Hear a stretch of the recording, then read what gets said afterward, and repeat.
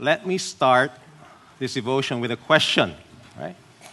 Let me ask you, what is your term of endearment for your earthly father? How do you call your earthly father? Dad? Anyone else?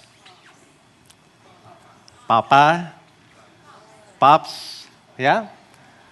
Yeah, there are a lot of different ways to call your father. It's dad or daddy, dada, tatay, itay, ama, papa, pops, paping, papi. Anything I missed? Or I know a family, they call their dad sir. That's their term of endearment. But, all over the world, people call their dads different names, different terms of endearment. This is just a short list of all of them. And if you look at the list, what are your favorites there? Mine has to be, I wouldn't call my dad mama, but my favorites would be this, pare. How would you like to call your dad pare? In Venetian, they do that. Or in Afrikaans, it's Vader. That's where I think they got Darth Vader. But I'd like to be called this, I think. Yeba. How do you like to call your dad Yeba? Or be called Yeba? How many here are kids or children who have dads who are still around?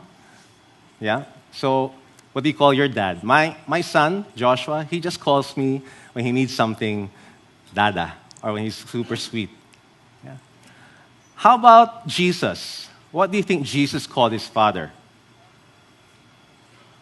Yeah? What did Jesus call God the Father? He called God the Father Abba.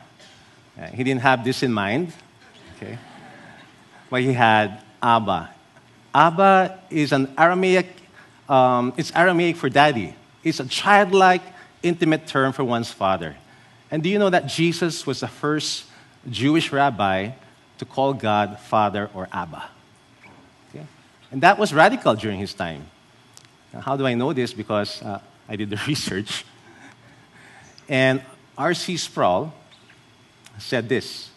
He says, the first Jewish rabbi to call God Father directly was Jesus. It was a radical departure from tradition, and in fact, in every recorded prayer from the lips of Jesus, save one, he calls God Father.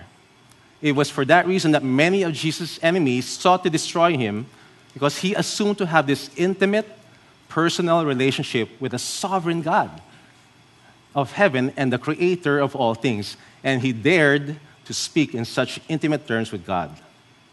And what's even more radical is that Jesus says to his people, to us, when you pray, you say, Our Father. That was radical during his time. No one dared to, in the Jewish tradition, they even couldn't spell out the word God.